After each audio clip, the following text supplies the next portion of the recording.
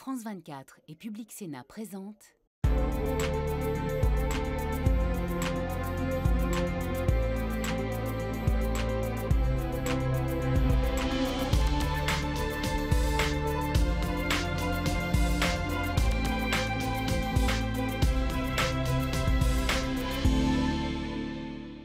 Merci de nous rejoindre pour débattre aujourd'hui de la montée de l'extrême droite à travers l'Europe. Elle est arrivée en tête des législatives aux Pays-Bas avec le parti de la liberté de Geert Wilders qui peine néanmoins à former un gouvernement. Elle est pleinement au pouvoir en Italie avec Giorgia Meloni et elle participe à des coalitions de gouvernements en Finlande, Lettonie, Slovaquie, sans oublier bien sûr les gouvernements ultra-conservateurs à tendance autoritaire comme celui de la Hongrie. Et à l'image du Rassemblement national en France, l'extrême droite représente actuellement la deuxième force politique d'environ un tiers des pays européens. Ils prospèrent sur la peur de l'immigration, de l'islam, sur une demande de sécurité. Et même s'ils s'en défendent, ils s'opposent à la transition écologique par leur vote dans cet hémicycle. Certains les accusent de proximité avec la Russie de Vladimir Poutine. Autant de valeurs partagées qui ne font pas un programme commun, car ils restent largement divisés, notamment sur les questions économiques entre l'ultralibéralisme du néerlandais Geert Wilders et le programme plus social de Marine Le Pen. Et on va en parler avec Thierry Mariani, eurodéputé français. Bonjour. Bonjour. Vous êtes membre du Rassemblement national en France qui siège ici dans cet hémicycle dans le groupe Identité et démocratie. On va reparler d'ailleurs de la composition de ce groupe. Merci à vous d'être avec nous aussi, Daniel Freund, eurodéputé allemand. Bonjour, groupe des Verts en ce qui vous concerne, avec cette poussée de l'extrême droite qu'on constate en particulier avec les élections récentes aux Pays-Bas. Cette première place pour Geert Wilders, vous l'analysez comment ? Il y a une certaine peur. Il y a une peur du changement, mais du changement qui arrive en partie de l'extérieur, en partie créé par l'homme, parce que le changement climatique existe. Il y a des gens qui ont peur de ces changements et qui essayent de revenir à un passé qui n'existe plus. Thierry Mariani, vos amis politiques aux Pays-Bas sont arrivés en tête avec 23% des voix, mais ils ont du mal à former un gouvernement. Ça veut dire quoi? Ça veut dire que la droite de la droite reste toujours infréquentable? Non, ça veut dire qu'ils sont dans un système démocratique et qu'ils le respectent. Vous savez, quand on nous qualifie d'extrême droite, je suis toujours un peu révolté parce que, pardonnez-moi, j'ai été ministre de Nicolas Sarkozy. Je ne pense pas qu'en 2019... À cette époque, on ne vous qualifiait pas d'extrême droite d'ailleurs. Hein, vous avez voilà, changé de... Voilà. D'un coup, je suis devenu quelqu'un d'extrême droite parce que tout simplement, je restais fidèle à mes idées. Aujourd'hui, chez Marine Le Pen, vous retrouvez... Les Républicains ne diraient pas la même chose que vous, monsieur Mariani, on est d'accord, hein ? Ce qui reste des Républicains. Aujourd'hui, la majorité des gens qui étaient, on va dire, dans l'ancien parti gaulliste se retrouvent derrière Marine Le Pen. Pourquoi? Parce qu'en réalité, ils ne sont pas d'extrême droite, ils sont simplement attachés à une conception de l'Europe qui n'est pas la même que M. Freud. Je respecte tout à fait sa conception de l'Europe. Il est tout à fait honnête, il le dit, il milite pour une république fédérale européenne. Moi, je milite pour une Europe des nations, où chaque État a sa spécificité et où on met en commun ce qu'on décide, mais où on garde aussi les compétences de ce qu'on souhaite. Et je crois que la poussée des partis nationaux patriotes en Europe, c'est en réalité un certain nombre de pays et de citoyens qui croient certainement en l'Europe, qui n'ont pas peur de l'Europe, mais qui veulent que l'Europe respecte leur identité, respecte leur histoire. Ce n'est pas revenir en arrière. On va voir s'ils veulent vraiment l'Europe devant le futur. Mais ce qui nous choque, nous, c'est vrai, peut-être en tant qu'Européens, c'est qu'aux dernières élections régionales dans votre pays, l'Allemagne, l'AfD, Alternative für Deutschland, est arrivée deuxième en Hesse avec 18% des voix. Très bon score aussi, 15% en Bavière. S'il y a bien un pays, on croyait que l'extrême droite n'était pas capable de renaître, étant donné son histoire, c'est l'Allemagne. C'est vraiment inquiétant à quel point il semble que l'histoire peut se répéter.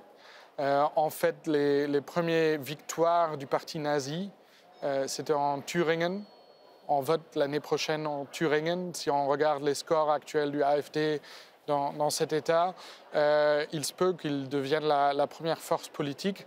Donc les parallèles avec la période la plus sombre de l'histoire allemande et européenne, ils deviennent de plus en plus forts et ça fait vraiment peur.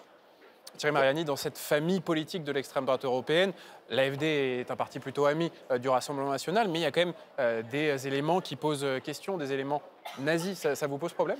Je cherche désespérément ces éléments nazis que vous voyez partout. Quoi. Voilà, non, mais il y a des affaires de nazisme à l'AfD, par exemple. Écoutez, je crois que l'AfD est en train de faire le ménage. Je constate que les responsables de l'AfD que je côtoie dans mon groupe respectent les mêmes principes que moi, même si par moments on a des opinions différentes. Vous savez, pendant des années, on a accusé le Rassemblement national d'être un parti nazi. Maintenant, c'est l'AfD. Bon. Mais il y a un ménage à faire, il y a quand même un ménage à faire. Dans tous les partis, y compris, je pense, chez les Verts, où il y a des extrémistes dans leurs idées. Pour moi, ces extrémistes, quel que soit le parti, sont condamnables. C'est n'importe quoi. Il n'y a pas d'extrémistes verts.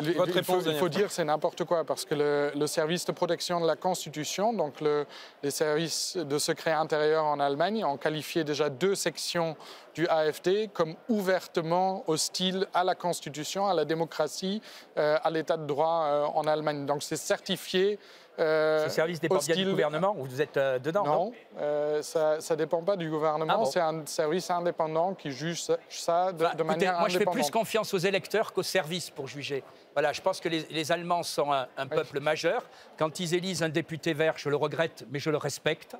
Quand ils élisent un député de l'AfD, j'attends la même chose. Votre camp, il prospère sur les sujets de l'immigration, promet régulièrement de couper les flux migratoires. Dans les faits, c'est très compliqué puisque même Giorgia Meloni, qui est à droite toute elle-même et ses partenaires de coalition ont fait plutôt augmenter ces flux et demandent de l'aide à l'Europe pour partager l'accueil des réfugiés. Il y a un fossé finalement entre votre discours et ce qui est vraiment nécessaire pour les pays et notamment les pays de première ligne. Écoutez, l'Italie a une position géographique qui n'est pas la même que la Hongrie, c'est une évidence. Et des pays comme la Hongrie ou la Tchéquie, où j'étais le week-end dernier, ont montré qu'on pouvait contrôler une politique migratoire. L'Italie aujourd'hui a un vrai problème. L'Italie a un vrai problème, soyons clairs, c'est que l'Union européenne l'a fait chanter. C'est-à-dire, quelle était la réaction de la presse quand Mme Meloni est arrivée au pouvoir? Est-ce que Mme Meloni va arriver à toucher les 110 milliards que l'Union européenne doit à l'Italie en vertu du plan Covid? Voilà. Moi, je défends la souveraineté des États parce que je suis contre ce chantage. Là, en l'occurrence, Mme Meloni veut la solidarité. Donc, pourquoi est-ce qu'on n'arrive pas à contrer ce discours sur, finalement, la migration qui est très porteur pour cette extrême droite? Qu'est-ce qu'on peut en dire du côté de la gauche? Je pense qu'il y a tout un état de phénomènes. Donc le premier phénomène, c'est que la droite, les républicains, le PPE, qui parlent constamment du sujet de la migration, mais qui n'offrent pas de solution. Bon, vous criez encore plus fort, mais encore moins de solutions. Meloni, elle n'a rien résolu sur cette question. Orban a résolu. Non, il n'a rien résolu. La seule chose qu'il fait, c'est les gens qui trafiquent et qui ont été arrêtés. Lui, il les fait sortir des prisons. Donc ça, c'est ce qu'il a résolu Orban. Donc rien de tout ça est une solution. L'extrême droite, en fait, empêche qu'il y ait une solution européenne. Et il y a seulement une solution européenne à cette question. On est un espace commun, il y a des gens qui arrivent. Donc si on ne s'y adresse pas de manière unie et ensemble, il n'y aura pas de solution à cette question. Mais c'est ça ce que empêche l'extrême droite. Thierry Mariani, pourquoi la solution à la question migratoire n'est pas une solidarité européenne pour les partis d'extrême droite? Parce que chaque pays a une situation différente. La situation de l'Allemagne, justement, en termes de démographie, la charge? Mais non, parce qu'excusez-moi, il y a des pays qui ont une démographie qui est plutôt positive. Enfin, c'est pas une. Voilà. C'est qui sont meilleurs? La démographie de la France, je suis désolé. La démographie de la France démographie. Et statistiquement, on a un taux de natalité meilleur que l'Allemagne. Je ne juge pas, c'est un fait. Donc on a moins besoin d'immigration. Voilà, que vous. Et donc en réalité, les 27 États sont dans 27 situations différentes pour leur population. C'est à eux de juger et de contrôler leur immigration. Et donc il n'y a pas de solution commune et on reste bloqué avec les pays de première arrivée. Si vous le permettez, c'est que chaque État maîtrise son immigration et on demande une réforme de Schengen où il y a la libre circulation sur les citoyens européens, mais où quand on donne une carte d'immigré dans un pays, il ne peut rester que dans ce pays. Ouais. Alors, on va parler du volet géopolitique, puisque bien certains accusent notamment les partis d'extrême droite d'être proches de la Russie de Vladimir Poutine. Par exemple, Geert Wilders a dit qu'il souhaitait rendre visite au président russe. Thierry Mariani, vous personnellement aussi, certains accusent votre proximité avec la Russie. Vous connaissez la région. Finalement, même si le RN s'en défend, il a eu des liens, notamment par des prêts bancaires avec le Kremlin. Est-ce qu'il faut changer notre diplomatie européenne vis-à-vis de la Russie ? Il faut avoir une diplomatie européenne qui tienne compte des intérêts des Européens. Ce qui est en train de se passer est une catastrophe. D'abord, une catastrophe pour les Ukrainiens. Donc si l'extrême droite arrive au pouvoir, soyons clairs, elle changera de diplomatie ou de géopolitique? Mais c'est la majorité européenne qui en décidera. Je constate que dans certains pays, dont la France, des partis comme le nôtre, disent qu'on doit d'abord rechercher la paix, arrêter une guerre où on sait très bien qu'à la sortie, les premières victimes seront les Ukrainiens. Aujourd'hui, on voit que petit à petit, tout le monde les lâche. L'histoire est écrite d'avance. On paye une guerre pour que des gens aillent se faire tuer. Et aujourd'hui, on voit aussi très bien que les matières premières que nous achetions avant pas cher aux Russes, on les achète dans des grandes démocraties, le Qatar ou d'autres pays, ou alors aux États-Unis. Bref, l'Union européenne voit, par ses citoyens, voit que dans cette guerre, vous êtes pour changer géopolitiquement, faire la paix, mais pas à l'avantage des Ukrainiens. Est-ce que ça peut changer la donne que l'extrême droite progresse? Vous venez de nous l'expliquer. Moi, je dis d'abord qu'on doit faire la paix. L'avantage de tout le monde, c'est d'arrêter la guerre. Si je peux, on est tous pour la paix. Mais si la paix, ça veut dire qu'on lâche les Ukrainiens et qu'on donne victoire à Vladimir Poutine qui reprend, je ne sais pas, un tiers, la moitié du territoire ukrainien, ça, ce n'est pas une paix. Ça, c'est on coupe l'Ukraine en morceaux, on la vend à Poutine et on lui invite, en fait, de continuer sa stratégie, d'envahir ses voisins. S'il a envie, il va aller en Biélorussie, il va aller dans les États baltes, il va aller en Pologne, je ne sais pas, l'Allemagne de l'Est, c'était sous contrôle russe un jour, donc pourquoi pas lui offrir ça aussi.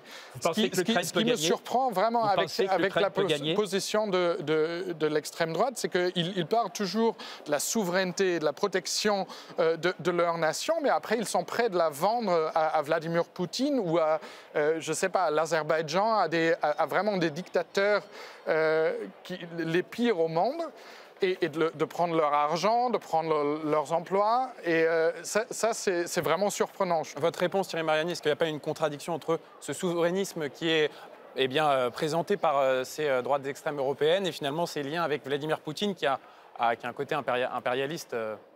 Je ne pense pas que Vladimir Poutine ait un côté impérialiste, je suis désolé. En plus, les droites patriotes, aujourd'hui, pensent d'abord à l'intérêt de leur peuple. C'est quelque chose de révolutionnaire. Voilà. Et je pense aujourd'hui aussi que la géopolitique, c'est traiter avec ses voisins. Voilà. Aujourd'hui, plus personne, je suis persuadé que personne ne le dira sur ce plateau, mais plus personne ne croit à la victoire de l'Ukraine. Mais par contre, tout le monde est prêt à payer pour qu'ils aillent se faire tuer. C'est très lâche.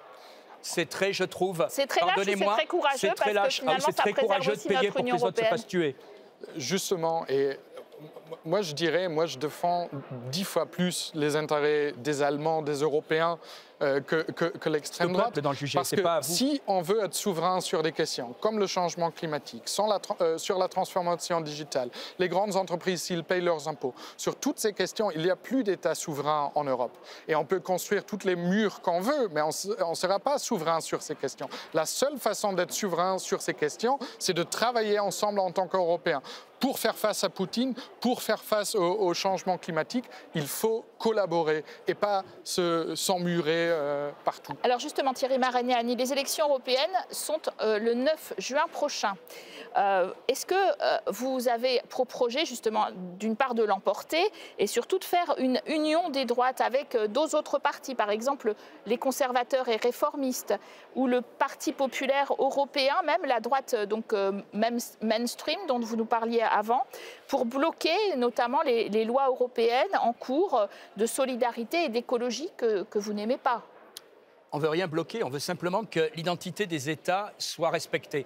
Il y a quelque chose qui nous sépare, et je veux dire, c'est votre droit comme c'est le mien. On n'est pas d'accord, vous n'êtes pas d'accord, par exemple, pour continuer avec le veto et pour continuer avec cette règle de l'unanimité. Je respecte votre position. Moi, je soutiens le contraire.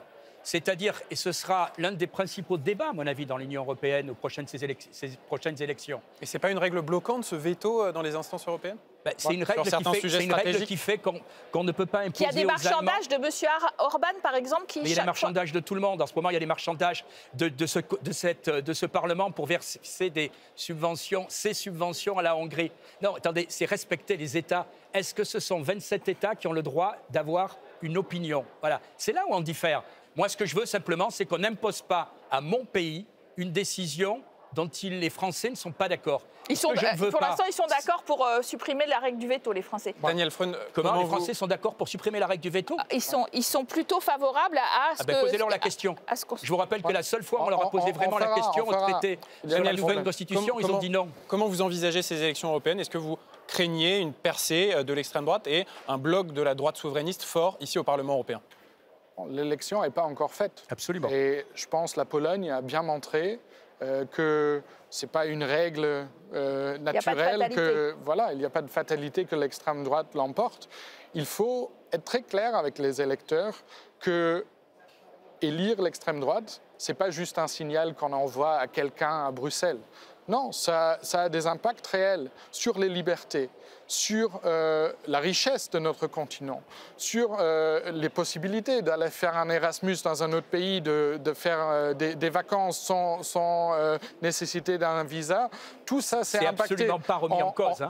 Bon, mais vos amis tous vos amis remettent ça en cause. Pierre Wilders parle d'un référendum sur le Nexit, quand même. Non, mais là, monsieur parle d'Erasmus et de la libre circulation. Le Nexit. Le AfD, il dit que l'Union européenne doit crever. C'est les collègues de vous, dans le même groupe politique, qui disent très ouvertement on veut tuer l'Union européenne. C'est ce que dit le Rassemblement national. Oui. Dans votre famille politique de l'extrême droite européenne, il y a certains partis qui veulent sortir de l'Union.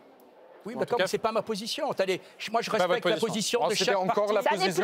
Il y a quelques années, vous avez dit qu'après le Brexit, ça va être le Frexit. Donc, vous avez changé d'opinion. Finalement, ça changerait quoi d'avoir une extrême droite très forte dans ce Parlement?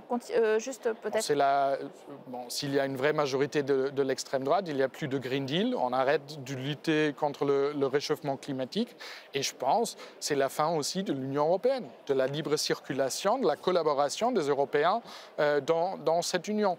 Mais je pense que ça va pas se produire. On va faire tout que l'extrême droite n'arrive pas au pouvoir dans l'Union européenne. Merci en tout cas tous les deux d'avoir très bien illustré ce débat. Merci à vous de l'avoir suivi sur nos antennes. Et très bonne suite des programmes. Merci.